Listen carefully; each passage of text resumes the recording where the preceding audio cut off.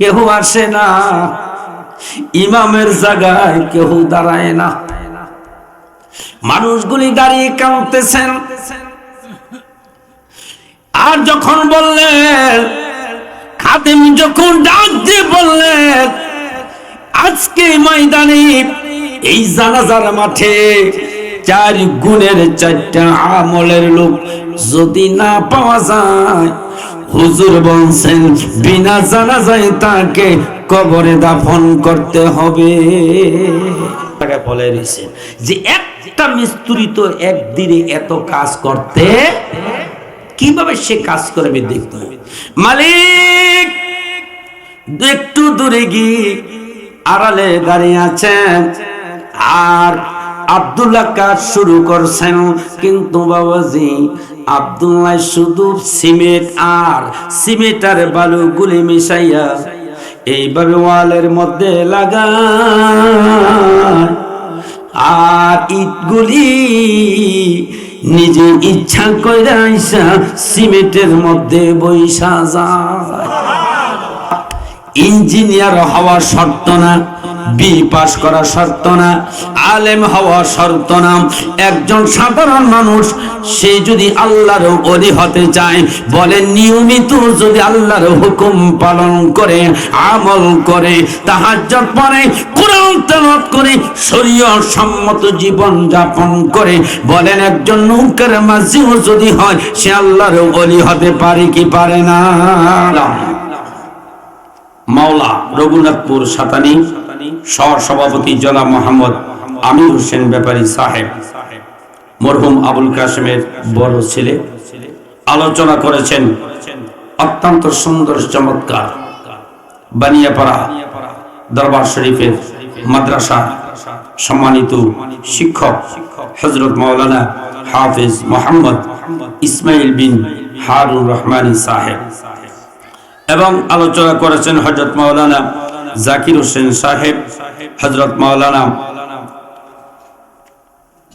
আখতারুজ্জামান সিদ্দিকী সাহেব।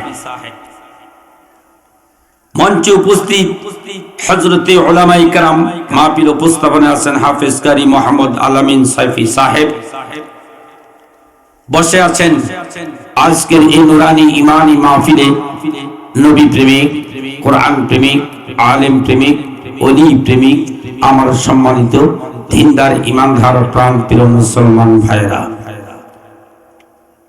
আপনাকে আমাকে অসংখ্য মুসলমান থেকে ভালোবেসে, মহাব্বত করে, পছন্দ করে, রহমতের ফেরেশতা দিয়ে স্বাগতম জানিয়ে জান্নাতের মেহমান আপনাকে আমাকে বানিয়েছেন কে? আরেকবার বলেন কে? আল্লাহ। এলাকায় আপনাদের ছাড়া আরো মুসলমান আছে না নাই? কম আছে না বেশি আছে? এক গুণ না কয়েক গুণ? আসলে কি মাহফিলে ধরতো, প্যান্ডেলে জায়গা হইতো? কিন্তু এত সুন্দর মাহফিল, এই যে দেখছেন, এটি বলছে তো উড়ে দিতে, এই যে একটা আরেকটারে কানো ধরে লড়াই, এগুলো খুব ডিস্টার্ব করে। যুবক ভাই একটু উড়ে দেন তো। শোনেন, বক্তার সামনে যদি কেউ কথা বলে, এমন কোন বক্তা নাই সে আলোচনা করতে পারবে, একটা কথা বলতে পারবে না, একদম চুপ করে বসে থাকবে।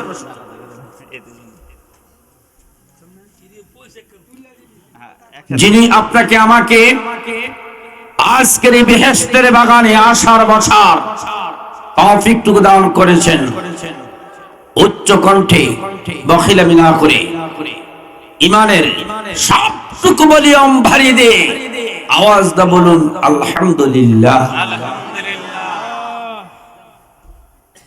শুকরিয়া আদায় করতে হয় আরেকবার সেই মহান রব্বুল আলামিনের দরবারে, যিনি আপনাকে আমাকে মুসলমান বানিয়েছেন, যিনি আপনাকে আমাকে আখির নবী, শ্রেষ্ঠ নবী, রাহমাতাল লিল আলামিন নবীর উম্মত বানিয়েছেন, যিনি আপনাকে আমাকে আল্লাহ পাকের মনোনীত ধর্ম ইসলামের অনুসারী করেছেন, যিনি আপনাকে আমাকে লৌহে মাহফুজ থেকে মুহাম্মদ সাল্লাল্লাহু আলাইহি সাল্লামের উপর এমন একখানা নাজিলকৃত কিতাব যে রসুলের উপরে আল্লাহ নাজিল করেছেন, আর সেই কিতাব সেই কোরআন আল্লাহর পক্ষ থেকে আপনি আমি পেয়েছি। শ্রেষ্ঠ ইসলাম পেলাম, শ্রেষ্ঠ জাতি হিসেবে জন্মগ্রহণ করতে পারলাম এবং শ্রেষ্ঠ নবীর উম্মত হতে পেরেছি, শ্রেষ্ঠ ধর্মের অনুসারী হতে পেরেছি। কথা বলেন ঠিক কিনা? এখানে তো কথা হবে ওই শ্রেষ্ঠ কোরআনের কথা, এখানে তো উলামায়ে কেরাম কথা বলবে শ্রেষ্ঠ রাসূলের কথা। আজকে একদল মানুষ আমরা এই শ্রেষ্ঠ কথাগুলি, দামি কথাগুলি, পরকালে কল্যাণময় সেই কথাগুলি একদল মুসলমান শুনতে রাজি না। এখানে যদি গানের আয়োজন হইতো, মুরব্বীরা আরে খাইছে রে, কি খাইছে রে, হ্যাঁ জায়গা দেওয়া হইতো, আপনারা মুরব্বীরা চান্স পাইতেন, খের বিষয় ওই বা রাস্তায় বসে চান্স হইতো, ঠিক কিনা বলে? কিন্তু কোরআনের কথা শুনলে, আলেমের কথা শুনলে, পীর মাশায়েখদের জবান থেকে কথা শুনবে মনে চায় না। সবার নসিবে কোরআনের কথা শোনার নসিব, সবার নসিবে আলেমের চেহারা, আলেমদের সহবতে, আল্লাহর ওলিদের চেহারা এবং সহবতে বসার সুযোগ সবার হয় না। কথা বলেন ঠিক কিনা? যে আলেমের চেহারা দেখলে বান্দার সগীরা গুনাহ মাফ করে দেন। এই পর্যন্ত পৃথিবীর কোন মানুষ, কোন আলেম, কোন মুফতি ওয়াজ করছেনি যে একজন দেশের প্রেসিডেন্টের চেহারা দেখলে, মন্ত্রীর চেহারা দেখলে, এমপির চেহারা দেখলে, নেতার চেহারা দেখলে জিন্দেগির সব গুনাহ মাফ হয়ে যাইব? কইছিনি? এই জোরে কইছিনি? কিন্তু ১৫০০ বছর যাবত ওয়াজ শুনতেছেন একজন মানুষ যদি একজন আলেমের সহবতে বসে আর নেক দৃষ্টিতে আলেমের চেহারার দিকে যদি তাকায়, আল্লাহ তাআলা তার সগীরা গুনাহ মাফ করে দেন। তে এই মাহফিল বসলে ভাইজান লাভ না লোকসান? জোরে বলেন লাভ না লোকসান? এই লাভটা আমি দেখাইতে পারবো না, হয়তো দেখবেন যেদিন মৃত্যুবরণ করবেন, হাসরের মাঠে যখন উঠবেন, সেদিন দেখবেন আজকের এই মাহফিলটা আপনার জন্য কত দামি মাহফিল, আজকের এই বসাটা আপনার জন্য কত দামি বসা ছিল, আজকের এই রাত্রিটা ওই দিন দেখবেন কত দামি রাত্রি ছিল। আল্লাহ বলবে, বান্দারে তোর ৭০ বছর জীবনে বহুত রাত্রি তোকে দিয়েছিলাম, জিন্দেগির কোন রাত্রিটা আমার পছন্দ হয় নাই, তবে একটা রাত্রি আমি আল্লাহ তোর ওই রাত্রিটা পছন্দ করে নিয়েছি। শীতের কোন শীতের মধ্যে আরামের ঘুম হারাম করে দিই, কোরআনের মহাব্বতে, আমার বন্ধুর মহাব্বতে, আলেমের মহাব্বতে মাহফিলে বসে বসে সুবহানাল্লাহ, আলহামদুলিল্লাহ, আল্লাহু আকবার এই তাসবিহগুলি আদায় করেছ, আলোচনা শুনে, কবরের কথা শুনে, হাসরের কথা শুনে, জাহান্নামের কথা শুনে মাহফিলে বসে বসে কেঁদেছ। ওই দিন রাত ১টা পর্যন্ত, ১২টা পর্যন্ত আরামের ঘুম হারাম করে দিয়ে ময়দানে বসেছিলি কোরআনের মহাব্বতে।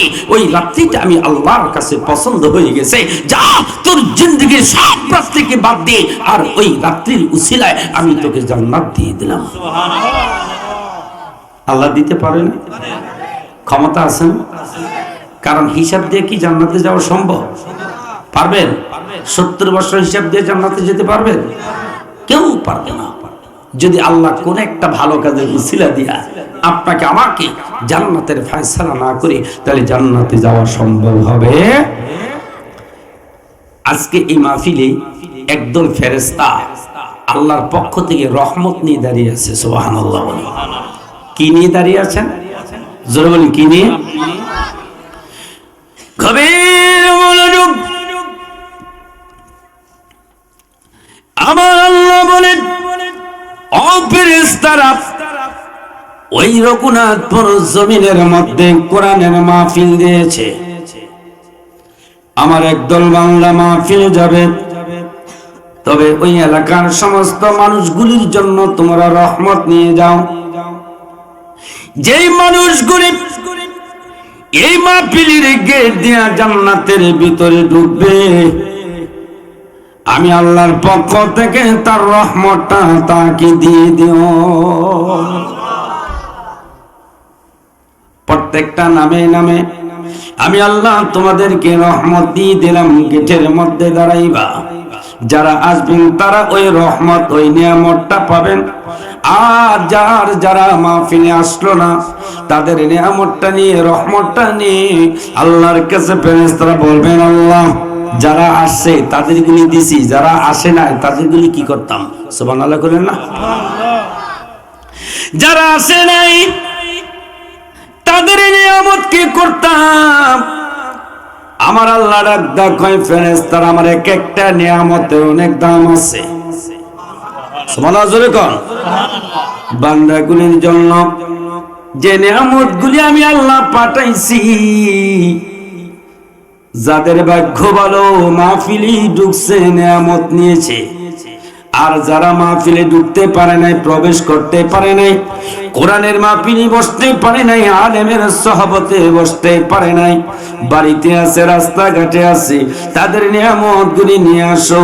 তবে এই নিয়ামতগুলি কি করবা? ফেরেশতারা কল্লা কি করতাম? কই এই নিয়ামতগুলি জমিনের ভিতরে যত পাহাড় আছে প্রত্যেকটা পাহাড়ের মধ্যে এই নিয়ামতগুলি তোমরা রেখে আসো। ফেরেশতারা একদম বলেন, আল্লাহ এই নিয়ামতগুলি পাহাড়ের মধ্যে রাখলে কি হবে?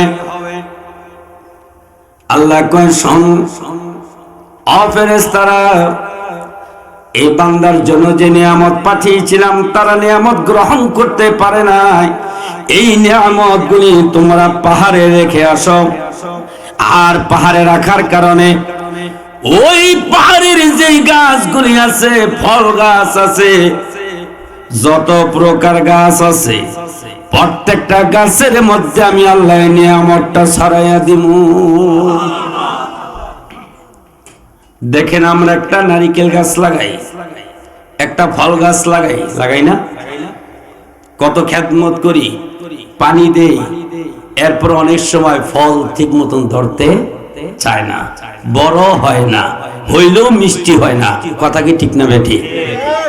এত কষ্ট পরিশ্রম করে আমি একটা ফল গাছ লাগাই, ওই ফলের এত যত্ন করার পরও ওই গাছে ঠিক মতন ফল দিতে চায় না, মিষ্টি হতে চায় না। অথচ পাহাড়ে কেউ গাছ লাগায় না, পাহাড়ের গাছের মধ্যে কেউ পানি দেয় না। কথা বলেন ঠিক কিনা? পানি দেয় না। কিন্তু দেখেন, পাহাড়ে আনারস ধরে, আমাদের দেশের আনারসের চাইতে পাহাড়ের আনারস মিষ্টি কম না বেশি? কম না বেশি? পাহাড়ের গাছ যত ফল ফুল ধরে, সাধারণ ফলের চাইতে ওই ফলের মধ্যে মিষ্টি কম না বেশি? সাধারণ আমাদের গ্রাম অঞ্চলে যে গাছ হয়, এত যত্ন করার পরও যে গাছগুলি হয়, এই গাছের চাইতে পাহাড়ের গাছগুলি মোটা বেশি হয়, বড় বেশি হয়। কথা বলেন ঠিক কিনা? আমার আল্লাহ ডাক কয়, ফেরেশতারা আমার বান্দাগুলির জন্য যে নিয়ামতগুলি পাঠিয়েছিলাম, যারা আজকে নিয়ামত গ্রহণ করতে পারে নাই, এই নিয়ামত তোমরা পাহাড়ে রেখে আসো। এই নিয়ামতের কারণে আমি পাহাড়ের গাছগুলি মোটা করে দিব, বড় করে দিব। পাহাড়ে যত প্রকার ফল আছে প্রত্যেকটা ফলের মধ্যে আমি মিষ্টি বাড়াইয়া দিব। ফেরেশতারা রে, কিছু নিয়ামত সাগরের মধ্যে রেখে আসো। আমাদের পুকুর পুষ্কুনির মাছ স্বাদ বেশি না সাগরের মাছের মধ্যে স্বাদ বেশি? কোন মাছ? সাগরের মাছ। পুকুর পুষ্কুনির মাছ বড় হয় না? সবচেয়ে বড় মাছ কি পুকুরে না নদীতে? স্বাদ কম না বেশি? দেখেন, আল্লাহ কয়, বান্দারে শোন, তোদের জন্য এত সুন্দর নিয়ামতটা পাঠাইছিলাম, কিন্তু তোরা নিয়ামত আজকে গ্রহণ করতে পারস নাই। আর তোদের এই নিয়ামতটা আমি সাগরে ছেড়ে দিলাম, সাগরের মাছের স্বাদ বেড়ে গিয়েছে। সাগরের মাছগুলি অন্য অন্য পানির মাছ থেকে সাগরের মাছগুলি আমি আল্লাহ বড় করে দিয়েছি শুধুমাত্র এই নিয়ামতটার কারণে। আর তোরা যদি বান্দা আমার এই নিয়ামতটা গ্রহণ করতে পারতি, তাইলে দুনিয়াতে আমি আল্লাহর পক্ষ থেকে তোদেরকে আরো নিয়ামত বানাইয়া দিতাম। আর শুকরিয়া আদায় যদি করতি, তোর জন্য কবর থেকে জান্নাত পর্যন্ত নিয়ামতের দরজা খুলে দিতাম। আফসোস না বাবা? হ্যাঁ, কে জানি কথা কয়। এই জি, আচ্ছা আচ্ছা, ঠিক আছে। আল্লাহুম্মা, ঠিক আছে।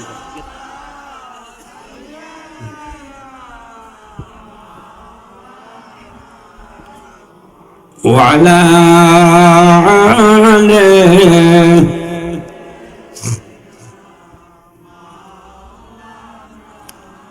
محبت زبان খুলে পড়েন আল্লাহুম্মা।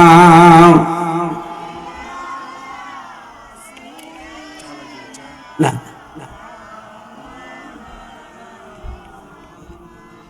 وعلى آله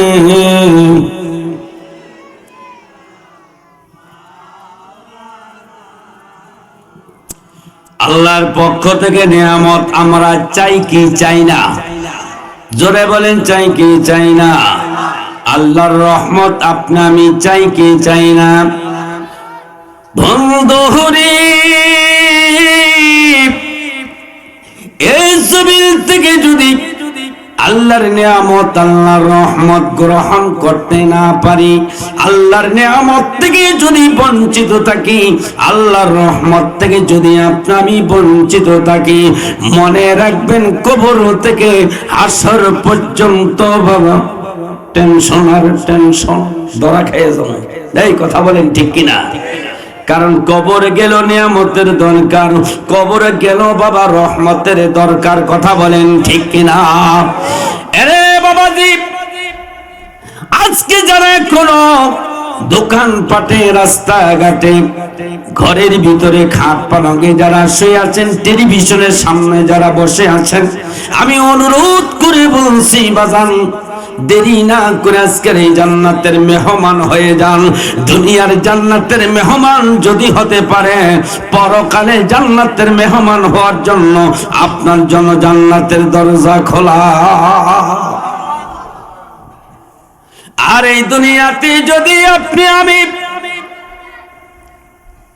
আল্লাহর মেহমান হতে না পারি, এই জমিনে যদি দুনিয়ার জান্নাতের মেহমান হতে না পারি, বলেন মাহফিলে যারা বসে তারা কার মেহমান?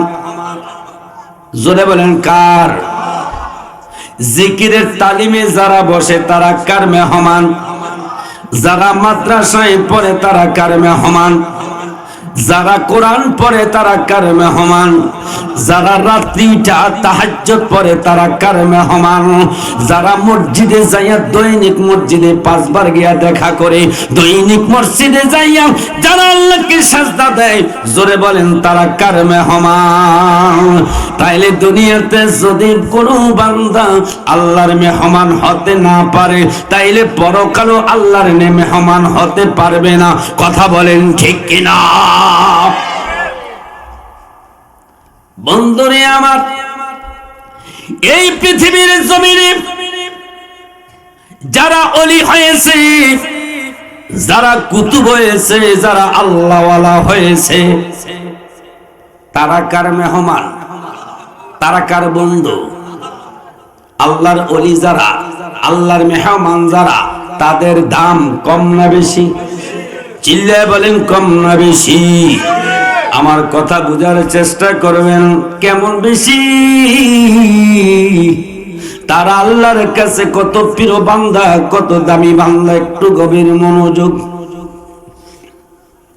খাজা কুতুবউদ্দিন বখতের কাকি রহমতুল্লাহ আলাইহির নাম শুনছেন না? এই নাম শুনছেন না? খাজা কুতুবউদ্দিন বখতের কাকি রহমাতুল্লাহ আলাইহি, তিনি একজন জবরদস্ত একজন আল্লাহর ওলি ছিলেন, আল্লাহর বন্ধু ছিলেন, আল্লাহর মেহমান ছিলেন। কেমন মেহমান, কেমন আল্লাহর বান্দা ছিলেন, আমার দিকে তাকাইবেন। খাজা কুতুবউদ্দিন মুফতির কাকি রাহমাতুল্লাহি আলাইহি, তিনি মৃত্যুর আগে খাদেমকে একদিন ওসিয়ত করলেন, হে খাদেম, আমি যেদিন মারা যাব ওই দিল্লি শাহী মসজিদের সামনে আমার জানাজা হবে। সুবহানাল্লাহ বলেন না। দিল্লি শাহী মসজিদের সামনে আমার জানাজা হবে। আমি খাজা কুতুবউদ্দিন বখতের মৃত্যুর কথা শুনলে ওই জানাজার মাঠে একজন না দুইজন না লক্ষ লক্ষ আলেম হাজির হবে। আমার জানাজায় কয়েকটা দেশ থেকে মুসলমান আমার জানাজার মাঠে উপস্থিত হবে। কত আলেম থাকবে, কত মুহাদ্দিস থাকবে, কত পীর সাহেব থাকবে, কত মুফতি থাকবে।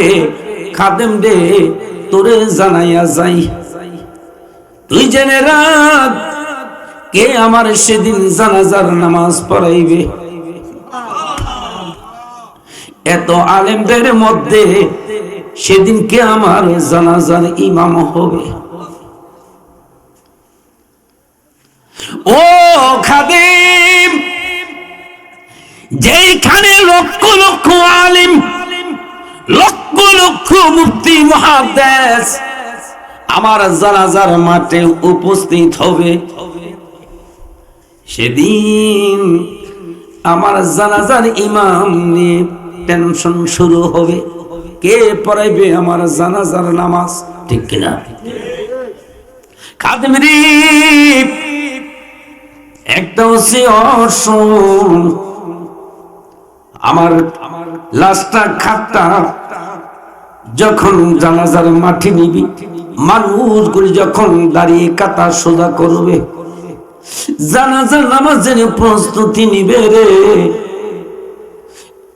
ইমাম নির্ধারণ করার আগে তুমি ঘোষণা করে দিবা যে আমার জানাজার ইমাম যিনি হবেন তার মধ্যে 4টা গুণ থাকতে হবে। কয়টা গুণ? আরো জোরে। ও খাদেম, সৈনানি, যে আলেমের মধ্যে এরকম 4টা গুণ, 4টা আমল পাওয়া যাবে, ঘোষণা করে দিবা তিনি যেন আমার জানাজার ইমামতি করে। খাদেম ডাক ডাক কয়, হুজুর গো, যদি 4টা গুণের আলেম যদি জানাজার মাঠে না পাওয়া যায় তাইলে কি করব? খাজা কুতুবউদ্দিন বখতের কাকি বললেন, খাদেম রে, 4টা গুণের আলেম যদি না পাওয়া যায় তাইলে বিনা জানাজায় আমারে কবরে দাফন কইরা দিবা। কত বড় আল্লাহর ওলি ছিলেন। হ্যাঁ, আর এই ওসিয়তটা যে করছেন, তিনি জানেন আমার এই জানাজার মাঠে এমন একজন আলেম উপস্থিত হবে যার মধ্যে 4টা গুণ পাওয়া যাবে। সুবহানাল্লাহ করেন না। তিনি এটাও তো জানতেন, যদি বিনা জানাজায় আমি খাজা কুতুবউদ্দিন বখতের কাকির কে যদি দাফন করা হয়, সারা পৃথিবীতে এটা নিয়ে একটা একতলাপ শুরু হবে, বিভ্রান্তি শুরু হবে। কথা বলেন ঠিক কিনা? আমার খাজা কুতুবউদ্দিন বখতের কাকি রাহমাতুল্লাহি আলাইহি ইন্তেকাল করলেন। ইন্তেকাল হয়ে গেলেন, সারা ভারতে খবর ছড়িয়ে পড়ল, আর ঘোষণা হয়ে গেল আল্লাহর ওলির জানাজা দিল্লি শাহী মসজিদের সামনে হবে। এই খবর ছড়িয়ে গেল, দেশ বিদেশ থেকে হাজার হাজার মুসলমান আলেম ওলামা পীর মাশায়েখ দিল্লি শাহী মসজিদের সামনে হাজির হয়ে গেলেন। কিছুক্ষণ পরে খাট আসলো, মানুষ জানাজার প্রস্তুতি নিলেন, কাতার সোজা করে দাঁড়াইলেন। ইমামতি কে করবেন এখনো নির্ধারণ করা হয় নাই। কে ইমামতি করবেন? আজকে জানাজা নামাজ কে পড়াইবেন? ইমাম এখনো নির্ধারণ করা হয় নাই। লোকগুলি সুন্দর করে দাঁড়িয়ে আছেন, লক্ষ লক্ষ লোক। ওই মুহূর্তে হুজুরের খাদেম ডাকদা বললেন, সম্মানিত হাজিরিন, আজকে যারা জানাজার মাঠে যারা উপস্থিত হয়েছে, যত উলামায়ে কেরাম, পীর, মাশায়েখ, মুফতি, মুহাদ্দিস, যারা আজকে জানাজার মাঠে আছেন, একটা ঘোষণা সবাই লক্ষ্য করে শোনেন। তবে যে ঘোষণাটা আমি দিমু, এটা আমার ঘোষণা না, এই ঘোষণা হচ্ছে আল্লাহর ওলির ঘোষণা। সবাই কান খাড়া করে শুনতেছেন। এই মুহূর্তে খাদেম কি যেন ঘোষণা করেন। ঘোষণা শুরু হয়ে গেল। উপস্থিতি উলামায়ে কেরাম, এই জানাজার মাঠে যারা উপস্থিত, সকলে মন খুলে দিল খুলে শোনেন। আজকের জানাজার ইমামতি কে করবেন? তিনি করবেন। আজকের জানাজার ইমামতি তিনি করবেন, যার মধ্যে 4টা গুণ পাওয়া যাবে। কয়টা গুণ? 4টা আমল যার মধ্যে পাওয়া যাবে। সমস্ত আলেমগুলি এই কথা শোনার পর আশ্চর্য হয়ে গেলেন। কোন আমলের কথা জানি বলে? কোন আমলের কথা জানি বলে? আরে কথা কয় কেডা? খাদেম একদম বলতেছেন, 1 নম্বর আমল, 1 নম্বর গুণ, যার জীবনে কোনদিন তাহাজ্জুদের নামাজ কাজা হয় না। কোন নামাজ? আরো জোরে। যার জীবনে কোনদিন তাহাজ্জুদের নামাজ কাজা হয় নাই। 1 নম্বর ঘোষণা যখন করলেন, লক্ষ লক্ষ আলেমদের মধ্যে অনেক আলেমের মাথাটা নিচের দিকে চলে গেছে, ঠিক না? কয় 2 নম্বর গুণের কথা শুনেন। আজকে ওই ব্যক্তি জানাজা পড়াইবেন, 2 নম্বর যার জীবনে আসরের 4 রাকাত সুন্নাত কাজা হয় না।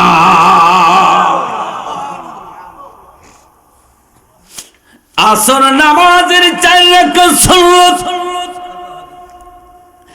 যে ব্যক্তির জীবনে কোনদিন কাজা হয় নাই। 3 নম্বর গুণ, যিনি জীবনে কোনদিন ইচ্ছা করে একটা মিথ্যা কথাও বলে নাই।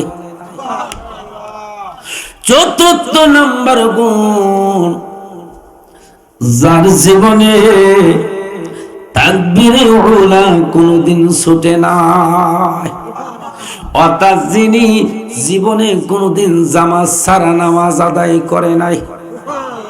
কয়টা গুণ? এমন 4 গুণের মানুষ আমাদের মধ্যে পাওয়া যাইব? তাহাজ্জুদ গুজারি আছেন, কিন্তু কাজা জীবনে বহুত আছে। আসরের সুন্নাত আমরা অনেকেই পড়ছি বা পড়ি, কিন্তু কাজার তো শেষ নাই, ঠিক কিনা বলে? আর মিথ্যা কথা বইলা তো কোনো লাভ নেই। ভাইয়েরা আমার, সমস্ত জানাজার মাঠের লোকগুলি, আলেমগুলি নিস্তব্ধ হয়ে গেলেন। 4টা গুণের কথা শুই না, সবাই টেনশনে পড়ে গেলেন। আর বলতেছেন যদি চারটা গুণ আপনাদের মধ্যে যার আছে দয়া করে হাতটা উঠাইবেন আর মেহেরবানি করে লাশের সামনে আইসা ইমামের জায়গায় দাঁড়াইবেন। অপেক্ষা করতেছে, কেউ আসে না, ইমামের জায়গায় কেউ দাঁড়ায় না। মানুষগুলি দাঁড়িয়ে কাঁদতেছেন। আর যখন বললেন, খাদেম যখন ডাক দিয়ে বললেন আজকে ময়দানে এই জানাজার মাঠে চার গুণের চারটা আমলের লোক যদি না পাওয়া যায়, হুজুর বলছেন বিনা জানাজায় তাকে কবরে দাফন করতে হবে। আলেমেরা কান্না শুরু করলেন। জানাজার মাঠে অনেক মুসলমান কান্না শুরু করলেন। কেমন ওসিয়ত করে গেছেন, এমন ওসিয়তের আলেম এই ময়দানে কি পাওয়া যাবে? মানুষগুলি কান্না শুরু করলেন। হঠাৎ করে হাজার হাজার লক্ষ লক্ষ লোক তাকাইয়া দেখতেছে পিছন থেকে পাগড়িওয়ালা এক ব্যক্তি দৌড়াইয়া জানাজার সামনে খাটের সামনে হাজির হইয়া গেছে। খাটের সামনে হাজির, কিন্তু যিনি হাজার হাজার মানুষের মাঝখান দিয়া দৌড়াইয়া আইসা খাটের সামনে দাঁড়াইলেন। খাটটার মধ্যে হাতটা রাইখা, হাতটা খাটের মধ্যে রাইখা ওই ব্যক্তি বলতেছেন, হুজুর আল্লাহর ওলি, আজকে আমার চারটা গোপন আমলের কথা প্রকাশ করে দিলেন। আল্লাহর ওলি কি ওসিয়ত কইরা গেলেন? আমার এই চারটা আমলের কথা আজকে লক্ষ মানুষের সামনে প্রকাশ করে দিলেন। হুজুর আমি জীবনে তাহাজ্জুদ কাজা দেই নাই। আল্লাহু আকবার বলেন। আমি জীবনে তাহাজ্জুদ কাজা দেই নাই। এইটা আমার বিবিও জানতো না, জানতেন আমার আল্লাহ। আমি নিশিরাত্রে গোপনে গোপনে আমি তাহাজ্জুদ নামাজ পড়তাম, আমার বিবিও জানতো না, জানতেন শুধু আরশের মালিক আমার আল্লাহ। হুজুর জীবনে কোনদিন আসরের সুন্নত কাজা করি নাই, আমার আল্লাহ সারা দুনিয়ায় কেউ জানতো না। আমি জীবনে কোনদিন ইচ্ছা করে একটা মিথ্যা কথা বলি নাই, জানতেন শুধু আমার আল্লাহ। আমি জীবনে কোনদিন জামাত ছাড়া নামাজ পড়ি নাই। এই চারটা আমল আল্লাহ ছাড়া কেউ জানতো না। আজকে এমন একটা ওসিয়ত করে গেলেন, যে ওসিয়তের কারণে লক্ষ মানুষের সামনে আমার ইমামের জায়গায় দাঁড়াইতে হইল। ওই ব্যক্তি আল্লাহর ওলির খাটের মধ্যে হাত লাগাইয়া কয়, আল্লাহর ওলি আজকে যদি আমার চাইতে আমল গোপন রাখতাম, জানাজার ইমামতি যদি আমি না করতাম, তাইলে আমার আমলের কথা কেউ জানতো না। ঠিক কিনা বলে? কিন্তু ইমামের জায়গায় দাঁড়ানোর কারণে, আমি জানাজার নামাজের ইমামতি করার কারণে আজকে লক্ষ লক্ষ মানুষ আমার এই চারটা গোপন আমলের কথা প্রকাশ জেনে ফেললো। তবে যদি গোপন রাখতাম, যদি জানাজা আজকে ইমামতি না করতাম, আর আপনারে যদি বিনা জানাজায় যদি কবরে দাফন করা হইতো, হাসরের মাঠে যদি আল্লাহ আমারে জিজ্ঞেস করত, তোর মধ্যে তো এই 4টা গুণ ছিল, তুই তো ইচ্ছা করলে ওই দিন জানাজার ইমামতি করতে পারতি, কিন্তু কেন করলি না? আল্লাহর ওলি গো, আল্লাহ যদি জিজ্ঞেস করে আমি কি সেদিন জবাব দিব? সমস্ত লোকগুলি আশ্চর্য হয়ে গেলেন, কেমন লোকটা, এমন আমল কার, এমন গোপন আমল কার, যে কোনদিন তাহাজ্জুদ কাজা করে নাই, যে কোনদিন মিথ্যা কথা বলে নাই, যে কোনদিন জামাত ছাড়া নামাজ পড়ে নাই, যে কোনদিন আসরের সুন্নত কাজা দেয় নাই। আল্লাহু আকবার বলেন। যার জীবনে তাহাজ্জুদ কাজা হতে পারে না, তার জীবনে কোনদিন 5 ওয়াক্ত নামাজও কাজা হইতে পারে। যার আসরের সুন্নত কাজা হতে পারে না, তার জীবনে কোনদিন ফরজও কাজা হইতে পারে না। নামাজে দাঁড়ায়া গেলেন, ইমামের জায়গায় দাঁড়ায়া গেলেন, নামাজ আদায় করলেন, সালাম ফিরাইলেন, লক্ষ লক্ষ লোক তাকায়া দেখতেছেন। তিনি হইলেন ওই ভারতের এক সময় তিনি ছিলেন দেশের বাদশাহ, যার নাম হলো শামসুদ্দিন আলতামাস। বলেন সুবহানাল্লাহ। দেশের রাষ্ট্রপ্রধান হওয়া দেশের বাদশাহ ছিলেন তিনি। একজন বাদশাহ যদি তাহাজ্জুদ যদি তার কাজা না হয়, দেশের একজন বাদশাহ হওয়ার পরও যদি তার জামাত ছাড়া নামাজ আদায় না কইরা থাকে, আসরের সুন্নত যদি কাজা না কইরা থাকে, তাইলে বোঝা গেল কেমন বাদশাহ ছিলেন। সে দুনিয়ারও বাদশাহ, আখিরাতেরও বাদশাহ। কথা বলেন ঠিক কিনা? না আমাদের দেশের বাদশার মতো? হ্যাঁ আমার ভাইয়েরা যারা দাঁড়িয়েছেন, যুবক বন্ধুরা আসতেছেন, মেহেরবানি করে সবাই একটু বসেন, একটু জিগল করেন লা ইলাহা ইল্লাল্লাহ। যার সামনে খালি জায়গা আছে একটু পূরণ করেন লা ইলাহা ইল্লাল্লাহ, লা ইলাহা মাশাআল্লাহ, লা ইলাহা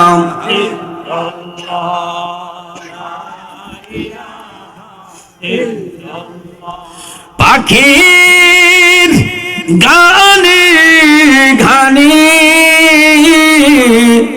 হওয়ার তাহলে তরে ওই নামের ওই সুর শোনা যায়, হলে গল পারা লা ইলাহা বলেন লা ইলাহা লা ইলাহা মুহাম্মাদুর রাসূলুল্লাহ। জোরে বলেন সাল্লাল্লাহু আলাইহি ওয়াসাল্লাম। সবাই বলেন মারহাবা। আমার ভাইয়েরা, একজন বাদশাহ, দেশের একজন বাদশাহ, যার মধ্যে 4টা গুণ পাওয়া যায়, তার মধ্যে আরো গুণ আছে না নাই? জোরে বলেন আছে না নাই? বন্ধুরে আমার কথা কইছ না? আল্লাহর ওলি হওয়ার জন্য এমপি হওয়ার শর্ত না, আল্লাহর ওলি হওয়ার জন্য বাবা ইঞ্জিনিয়ার হওয়ার শর্ত না, বি পাস করা শর্ত না, আলেম হওয়া শর্ত না। একজন সাধারণ মানুষ সে যদি আল্লাহর ওলি হতে চায়, বলে নিয়মিত যদি আল্লাহর হুকুম পালন করে, আমল করে, তাহাজ্জুদ পড়ে, কোরআন তেলাওয়াত করে, শরীয়ত সম্মত জীবন যাপন করে, বলেন একজন নৌকার মাঝিও যদি হয় সে আল্লাহর ওলি হতে পারে কি পারে না? জোরে বলেন পারেনি? কেউ যদি নবী হইতে চায়, কথা বলে পারবে? পারবে? আমি একজন নবী হতে চাই না। যদি বলে আমি একজন সাহাবী হতে চাই, না, পারবে না। আমি একজন আম্বিয়া কেরাম হতে চাই, পারবে না। আমি রাসূল হতে চাই, পারবে না।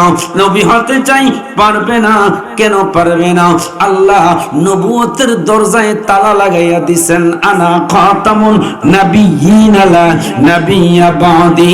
আমার নবী হচ্ছেন শেষ, আমার নবীর পরে কিয়ামতের আগ পর্যন্ত জমিনে আর কোন নবী আসবে না। ঠিক কিনা বলেন? নবীদের দরজা বন্ধ, আম্বিয়া কেরামের দরজা বন্ধ, সাহাবী হওয়ার দরজা বন্ধ, নবী হওয়ার দরজা বন্ধ। আল্লাহ কয় ইসরাফিল সিঙ্গাপুর দেওয়ার আগ পর্যন্ত প্রত্যেকটা মুসলমানের জন্য ওলি হওয়ার দরজাটা আমি আল্লাহ খুলে রাখছি। ওলি হওয়ার দরজাটা আমি আল্লাহ খুলে রাখছি। আমার ভাইয়েরা, তাইলে ওলি ইচ্ছা করলে আল্লাহর বন্ধু, ইচ্ছা করলে আল্লাহর ওলি হওয়া যাবে কি যাবে না? বাদশাহ হারুন রশিদের নাম শুনছেন না? শুনছেন? বাদশাহ হারুন রশিদের একটা ছেলে 18 বছর বয়স, নাম ছিল আব্দুল্লাহ। নাম কি? আব্দুল্লাহ নাম ছিল আব্দুল্লাহ। এদিক তাকান। আব্দুল্লাহ বাদশাহ হারুন রশিদের ছেলে, 18 বছরের যুবক, নাম হলো আব্দুল্লাহ। এই আব্দুল্লাহ আল্লাহর ওলি হওয়ার জন্য দুনিয়ার সব কিছু ছেড়ে দিয়া, দুনিয়ার বাদশাহী মায়া মোহাব্বত ছাইরা শুধু আল্লাহকে পাওয়ার জন্য বেশি বেশি করে কাঁদতেন। সাধারণ পোশাক পরিরা তিনি চলতেন, আর কবরে দেখলে তিনি বেশি বেশি করে কাঁদতেন। 18 বছর যুবক আব্দুল্লাহ, তিনি কবরস্থান দেখলে দাঁড়াইয়া দাঁড়াইয়া কাঁদতেন। সুবহানাল্লাহ বলেন না? সাধারণ পোশাক পইরা, সাধারণ পোশাক পইরা তিনি চলাফেরা করতেন। লোকেরা একদিন বাদশাহ হারুন রশিদের কাছে যাইয়া বিচার দেয়, এ বাদশাহ, আপনি তো বড় একজন বাদশাহ, আপনার ছেলে আব্দুল্লাহ দেখি শুধু কবরের পাশে দাঁড়াইয়া কাঁদলে, কবরস্থান দেখলে কাঁদলে। আর একজন বাদশার ছেলে হইয়া আব্দুল্লাহ সাধারণ পোশাক পইরা সাধারণ গরিবের সন্তানের মতো চলে। এইটা তো আপনার ইজ্জত সম্মানের আঘাত হয়। একদিন আপনার ছেলেরে রাজ দরবারে আইনা জিজ্ঞেস করবেন, এত কাদা কেন কান্দে আর সাধারণ পোশাক পরে কেন চলে? বাদশাহ হারুন রশিদ রাজ দরবারে গেলে ওনার ছেলে 18 বছরের যুবক আব্দুল্লাহরে খবর দিলেন, বাবা আব্দুল্লাহ, আজকে রাজ দরবারে যাইও, তোমার সাথে কথা আছে। হাজার হাজার মানুষ, বাদশাহ হারুন রশিদ তিনি সিংহাসনের মধ্যে বসা। ডাক ডাক হয়, আব্দুল্লাহ এদিকে আসো। আব্দুল্লাহ বাবা ডাক দিলে বাবার সামনে সাধারণ মানুষের মতো দাঁড়াইলেন। বাবা কেন রাখছেন? কয়, তুমি নাকি কবরের পাশে দাঁড়াইয়া কান্দো, তুমি নাকি কবরস্থান দেখলে কান্দো, তুমি নাকি সাধারণ পোশাক পরে চলো, তোমার গায়ের মধ্যে এই পোশাক কেনে? তুমি একজন বাদশার ছেলে। আর আমাদের দেশের পেতি নেতার ফলইনি তো মাশাআল্লাহ সাল্লাকান্দি বাজারে যাওয়া যায় না। কি কথা বলেন, ঠিক কিনা? আর হে বেটা ছিল বাদশার ছেলে। এবার আব্দুল্লাহ ডাকতে কই, আব্বা, দুইটা প্রশ্ন আপনি মনে করছেন, এক নাম্বার বললেন, আমি কেন সাধারণ পোশাক পরি বাদশার ছেলে হইয়া? দুই নাম্বার আপনি বলছেন, আমি কেন কবরের পাশে দাঁড়াইয়া দাঁড়াইয়া কান্দি? বাবা গো, এবার আপনার আমি প্রশ্ন করব, আমাদের আদি পিতার নাম কি? কয় আদম। আমার আদি পিতার নাম কি? বাদশা হারুন রশিদ ডাক কয়, ছেলে প্রশ্ন করলেন, ও আব্বা বলেন তো আমাদের আদি পিতার নাম কি? কয় আদম, আদম আলাইহিস সালাম। কয় বলতেছেন আব্বা এখন আদম নবী কোন দেশে আছে? কয় কবর দেশে। কথা কি ঠিক? আমাদের জাতি পিতার নাম কি? কয় ইব্রাহিম খলিলুল্লাহ। বলেন তো আব্বা ইব্রাহিম খলিলুল্লাহ এখন কোথায় আছে? কয় সে কবরে। ও আব্বা বাদশা জুলকারনাইন এখন কোথায় আছে? কয় কবরে। কয় বাদশা সুলাইমান নবী এখন কোথায় আছে? কয় কবরে। কয় সব নবীরা আছে কোথায়? কয় কবরে। কয় বাদশা ফেরাউন এখন আছে কোথায়? সে বাদশা ফেরাউন তার আল্লাহ কবরে রাখে নাই, কিন্তু তারে আল্লাহ জমিনে রাখছে, এটা একটা নিদর্শন। ঠিক কিনা বলেন? কয় নমরুদ কোথায়? কয় কবরে। কয় আবু জাহেল কোথায়? কয় কবরে। কথা বলেন ঠিক কিনা? আব্দুল্লাহ রাগদা কয় আব্বু আপনার দাদা এখন কোথায়? কয় আমার দাদা আছে কবরে। কয় আপনার আব্বা এখন আছে কোথায়? কয় কবরে। কয় আব্বা গো, যেদিন আপনার এই দেহ থেকে রূহটা বের হয়ে যাবে, বলেন তো আব্বা আপনি এই বাদশার দেহটা কোথায় রাখবে? কয় কবরে। কথা বলেন ঠিক কিনা? ছাড়তে হবে সাদের ঘর বাড়ি ও মন জাননি, ছাড়তে হবে সাদের ঘর বাড়ি। বলেন ছাড়তে হবে সাদের ঘর বাড়ি জাননি, ছাড়তে হবে সাদের ঘর বাড়ি। কথাটা কি ঠিক না বুঝি? বাদশা রশিদ চুপ হয়ে গেলেন। ছেলের কথা শুনে না বাদশা রশিদ কান্না শুরু করলেন। এবার বলেন বাবা কাঁদেন না, আমি সাধারণ পোশাক পরি এই জন্য আপনি আমারে প্রশ্ন করলেন, আর আপনার রাজত্বের লোকগুলি আপনার কাছে আমার নামে বিচারে দিছে। আমি বাদশার ছেলে হইয়া কেন গো সাধারণ পোশাক পরিধান করি? বাবা আপনার কাছে জানতে চাই, দুনিয়ার যত মুসলমান বাদশা মারা গেছে বলেন তো দেখি তাদের কাপড়টা কম দামি ছিল না বেশি দামি? কয় কম দামি। কয় এই দুনিয়ার যত মুসলমান গরিব মারা গেছে তাদের কাপড়টা কোন কালার ছিল? কয় সাদা। আর বাদশা মারা গেলে বাদশার কাপড়ের কাপড়টা কেমন? কয় সেইটাও সাদা। আব্বা তাইলে দুনিয়ার বাদশা যদি মারা যায়, তার শরীর থেকে দামি পোশাক যদি খইলাম, যদি সাদা কাপড়ের কাপড় যদি পরাইতে হয়, দুনিয়ার প্রেসিডেন্ট মারা গেলে তার দামি পোশাক খইলাম, যদি তারও শেষবারের মতো সাদা কাপড় পয়রা যাইতে হয়, তাইলে আমার এই দামি পোশাক পয়রা লাভ কি? যে দামি পোশাক পরলে যদি কবরে নিতে না পারি, এমন দামি পোশাক আমার দরকার না। আব্বা আর কিছু বলবেননি? কয় না বাবা, দুইটা প্রশ্ন করেছি, প্রশ্নের জবাব এমন সুন্দর জবাব দিয়েছ, আমি বাদশা হারুনের মনে চাই এই বাদশাই সাইরা দিয়া আল্লাহরে পাওয়ার জন্য জঙ্গলে চইলা যায়।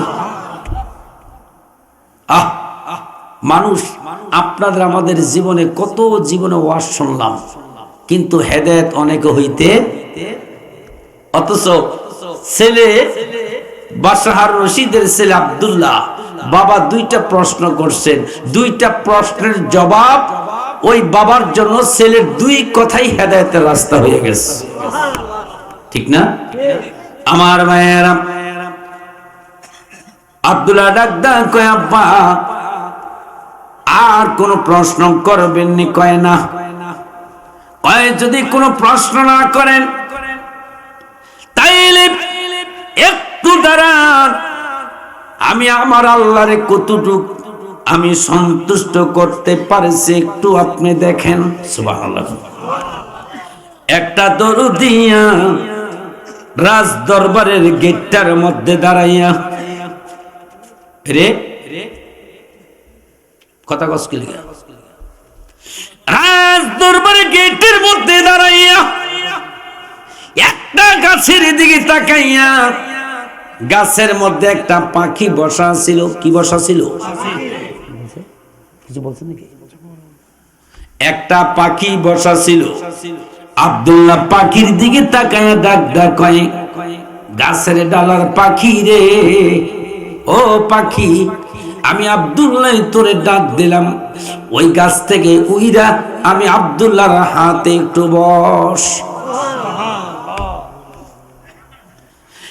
ডাক দিতে দেরি গাছের ডালার পাখিটা উইরা আব্দুল্লাহর হাতের মধ্যে বসছেন। রাজ দরবারে প্রত্যেকটা মানুষ এই কেরামত দেখা আশ্চর্য হয়ে গেলেন। কেমন আব্দুল্লাহ রে, পাখির ডাক দিলে পাখিও কথা শোনে, পাখিও কথা শোনে। মানুষগুলি রাজ দরবারের সমস্ত লোকগুলি বাদশা হারুন রশিদ ছেলের দিকে তাকায় রইছেন। এইবারে ছেলে ডাকদা কয়, তোমরা রাজ দরবারে যারা আছো, ও আমার বাবা, ও আমার বাদশা বাবা, শোনেন, আমি পাখির প্রশ্ন করি, পাখি দেখেন কি জবাব দেয়। সুবহানাল্লাহ কোন। পাখির জবাবটা আপনারা সবাই শুনবেন। এবার মানুষ আশ্চর্য হয়ে গেলেন, পাখি কি আবার কথা বলতে পারে কিনা, আব্দুল্লাহ কি পাগল হয়ে গেল কিনা, পাখির প্রশ্ন করবে, পাখি নাকি তার কথার জবাব দিবে। বলেন আল্লাহর ওলি, আল্লাহর মুমিন বান্দারা যদি গাছকে মাছকে ইশারা করে, আল্লাহর হুকুম হইলে কথা বলতে পারে কি পারে না?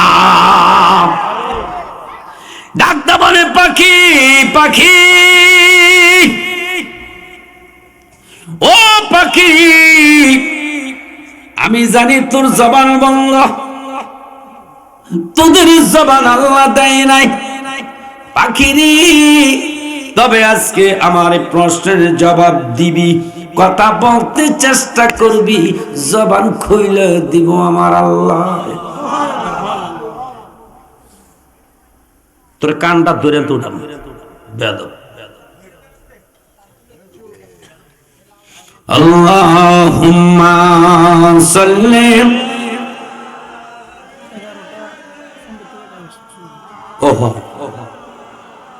মুহাম্মাদ ওয়া আলা আলিহি।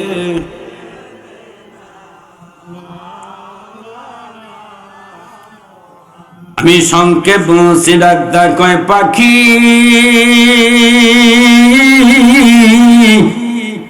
পাখি রে,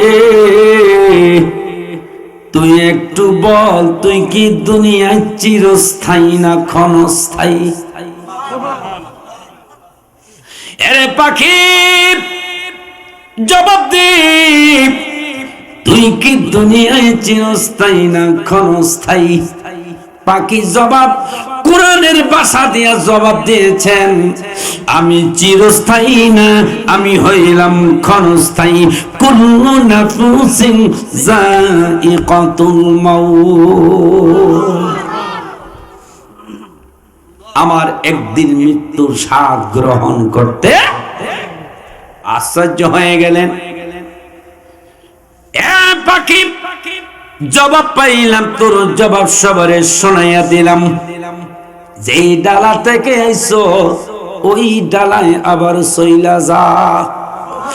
আমার বাবা বাদশা হারুন রশিদ যদি তোরে ডাক দেয়, আমার বাবার ডাকে তুই পাখি সাড়া দিবি না। দৌড়ে গেছে, আব্বা দেখছেন নি পাখি কি কয়ে গেছে? বাবা শুনছি, পাখিও তোমার কথায় প্রশ্নের জবাব যদি দিতে পারে তো তুমি কোন দরজায় পৌঁছে গেছো আমার জানার বাকি নাই। আল্লাহু আকবার বলেন। কাব্বা কিছু চাই না, দুনিয়ার বাদশাহী আমার দরকার নাই। বাদশার ছেলে বাদশা হবে, আমার দুনিয়ার বাদশাহী দরকার নাই। এই রাজ দরবার থেকে দুইটা জিনিস আপনার কাছে পুত্র হিসাবে চাই। রাজ দরবার থেকে আমার একটা কোরআন শরীফ হাদিয়া দেন, আর আপনার সিলমোহর মার একটা আংটি আমারে দিয়া দেন। একটা আংটি, একটা আংটি, আর রাজ দরবার থেকে আপনি আমার একটা কোরআন শরীফ দেন। বাদশা হারুন রশিদ ছেলেরে একটা আংটি দিয়ে দিলেন, আর কোরআন শরীফটা দিয়ে দিলেন। এবার প্রশ্ন করলেন, ছেলেরে কোরআন চাইলা কেন? কোরআন কেন, কি কেন কোরআন চাইলা? কয় বাবা গো, আমার জীবনটা আমি চাই কোরআন দিয়ে আমার জীবনটা পরিচালনা করার জন্য। ও আব্বা, এই কোরআন দিয়ে যদি আমার বাকি জীবনটা পরিচালনা করতে পারি, আমার মনে সাক্ষী দেয় গো, এই কোরআন একদিন আমার জান্নাত পর্যন্ত পৌঁছাইয়া দিবে। আংটি নিয়ে গেলাম বাবা। ও বাবা, আংটিটা নেওয়ার একটাই শুধু কারণ, আমি রাজ দরবার থেকে বিদায় নিচ্ছি, জানি না কোন জমিনে আমার মৃত্যু হয়। যদি আপনার সিলমোহর আংটির মধ্যে থাকে, আংটিটা যদি আমার হাতের মধ্যে থাকে, আমার মৃত্যু অবস্থায় আংটি যদি থাকে, হয়তো আংটি দেখা মানুষ চিনতে পারবে এই লোকটা বাদশা হারুন রশিদের ছেলে। আল্লাহু আকবার বলে। দরবার থেকে চলে গেলেন, আমি সংক্ষেপ বলছি। দরবার থেকে চলে গেলেন, যাইতে যাইতে এক বাজারও গেছেন। যারা ঢাকা শহরে থাকেন, আপনাদের গ্রামে আছে কিনা জানি না, যারা মিস্ত্রি কাম করে, বদলি দেয়, বাসা বাড়িতে কাজ করে, ওই ঢাকা যাত্রা বাড়িতে দেখছি সমস্ত লোকগুলি সকালবেলা ফজরের পরে কোদাল, আতুরা, করাত নিয়ে এক জায়গায় দাঁড়ায়। আছেন এরকম? আছে, আসেনি? আসেনি? কাম করতে যায়, সারাদিন কাম করে কিছু টাকা পায়। আছে না বাবা? এবার আব্দুল্লাহ কি করছেন, রাজ দরবার সাইরা চলে গেলেন। যাইতে যাইতে টাকা পয়সা কিছু নেন নাই। যাইতে যাইতে রাত হয়ে গেল। এক মসজিদের বারান্দায় তিনি রাত্রটা কাটাইলেন। সকালবেলা এক বাজারে গেলেন, গিয়ে দেখতেছেন দিন মজুরি রাজমিস্ত্রি যারা আছে, এক বাজারের মহল গলির মধ্যে সমস্ত লোকগুলি দাঁড়িয়ে আছে। বাস আব্দুল্লাহ জিজ্ঞেস করলেন, এই লোকগুলি এই জায়গায় কেন আসছে? কয় তারা কাজ করে, যাদের কাজের লোকের দরকার এই জায়গা থেকে সারাদিনের জন্য লোক নিয়ে যায়। এবার আব্দুল্লাহ টাকা নাই, তিনি কি করলেন, সমস্ত লোকগুলির পাশে তিনি দাঁড়াইয়া দাঁড়াইয়া হাতের মধ্যে কোরআন নিয়ে আল্লাহর কোরআন তেলাওয়াত করতেছেন।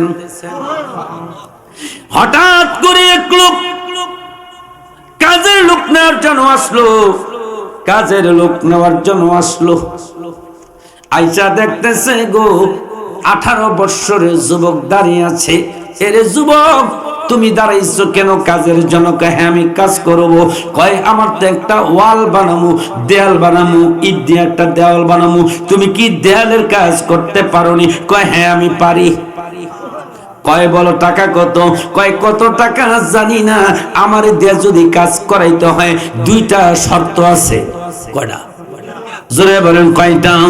আমার দিয়ে যদি কাজ করাইতে হয় তাইলে 2টা শর্ত। কয় কি শর্ত? কয় 1 নাম্বার, অন্যান্য লোকগুলি দিয়ে কাজ করার দৈনিক কয় টাকা দেন? কয় 1 টাকা দেয়। যদি কাজ একটু কম করে পয়সা কম দেন না বেশি দেন? কয় কিছু কিছু লোক আছে কাম কম করে পয়সা কম, যদি বেশি করে কিন্তু টাকা বেশি দেয় না, হিসাবের দায় দেয়। ঠিক না? হিসাবের দায় দেয়। কয় আমার শর্ত হলো, আমার শর্ত হলো 1 নাম্বার শর্ত হলো 1 টাকা দিবেন, কাজ কম হোক আর বেশি হোক। তা বেশি কাজ হইল টাকা বেশি দেওয়া যাবে না, কম হইল টাকা কম দেওয়া যাবে না, টাকা হইল 1 টাকা। সুবহানাল্লাহ বলেন না? আর 2 নাম্বার শর্ত, আমি কাজ করব, আমার গতিতে আমি কাজ করব। মসজিদে যখন আজান দিব আমার কাজ বন্ধ হয়ে যাবে, নামাজের সময় আমার দিতে হবে। কয় দিলাম, যাও শেষ করে দিই। কয় ঠিক আছে আসো। নিয়ে গেছেন, কাজ লাগাই দিয়েছেন, ইট বালু সিমেন্ট সব দেখাই দিয়েছেন, মালিক এই ওয়ালটা করবা।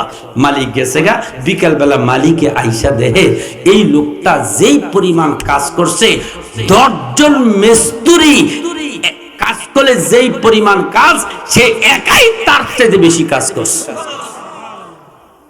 খুশি হইয়া টাকা একটু বাড়াই দিছি, 2 টাকা। কয় না, টাকা নিতাম না। কয় কেন? আমার শর্ত, টাকা কম হোক আর বেশি হোক। টাকা কত? কাজ কম হোক আর বেশি হোক, টাকা কত? আপনি বেশি দিবেন কেন? আচ্ছা ঠিক আছে, দিয়ে দিছেন। এরপর দিন আবার মালিকের কাজ বাকি আছে, আবার গেছে বাজারে গিয়ে তার আবার আনছে।